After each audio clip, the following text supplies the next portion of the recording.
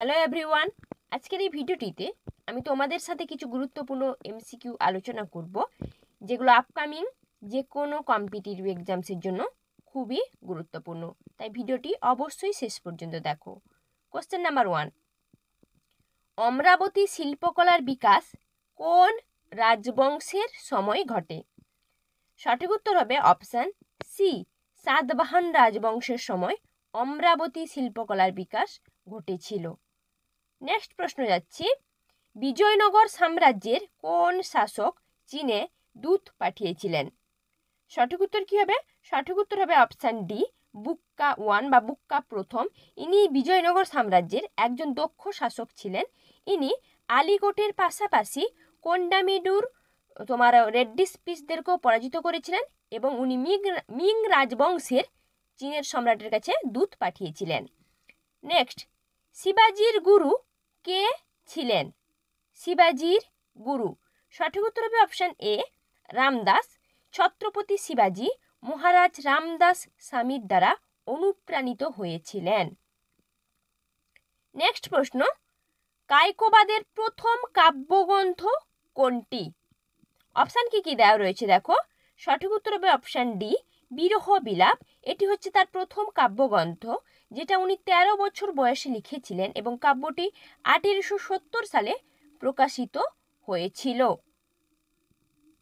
Next প্রশ্ন, ভারতের কোন শিল্পের সঙ্গে সবথেকে বেশি জনগণ যুক্ত রয়েছেন?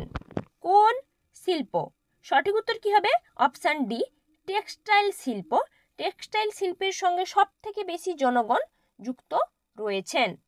ঠিক আছে, নেক্সট প্রশ্ন আমি যাচ্ছি, কোন আন্দোলনের সঙ্গে নীল চাষিরা যুক্ত ছিলেন? কোন আন্দোলনের সঙ্গে? অপশান কি দেওয়া রয়েছে দেখো।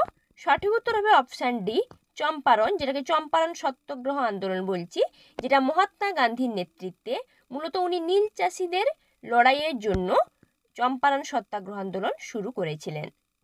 নেক্সট প্রশ্ন, ভারতের নতুন সংসদ ভবনটির ডিজাইনার বা আর্কিটেক্ট বলতে পারো কে ছিলেন? সঠিক উত্তর হবে option A, doctor Bimal Patel. উনি নতুন সংসদ ভবনটি ডিজাইন করেছিলেন বা নকশা তৈরি করেছিলেন। নেক্সট, 33তম অলিম্পিক কোথায় অনুষ্ঠিত হবে? 33তম অলিম্পিক সঠিক উত্তর হবে অপশান বি, প্যারিস। প্যারিসে অনুষ্ঠিত হবে 33তম অলিম্পিক।